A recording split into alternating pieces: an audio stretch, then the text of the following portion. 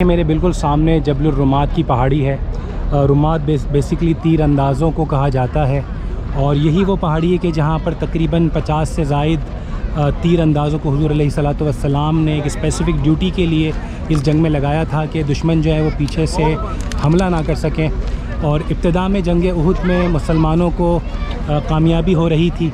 लेकिन जब तीर अंदाज़ों ने माल गनीमत देख के अपनी पोजीशन छोड़ी तो दुश्मनों ने पीछे से हमला किया और जिसकी वजह से 70 से ज़ायद सहाबा इकराम शहीद हुए, जिसमें अम्मे रसूल सय्यदुश्शुहदा रदी अल्लाह ताला अन्हु भी शामिल हैं। तो ये जबल रुमात जो है बेसिकली इसका नाम इसीलिए जबल रुमात है कि इसे तीर अंदाज़ों की पहाड़ी कहा जाता है।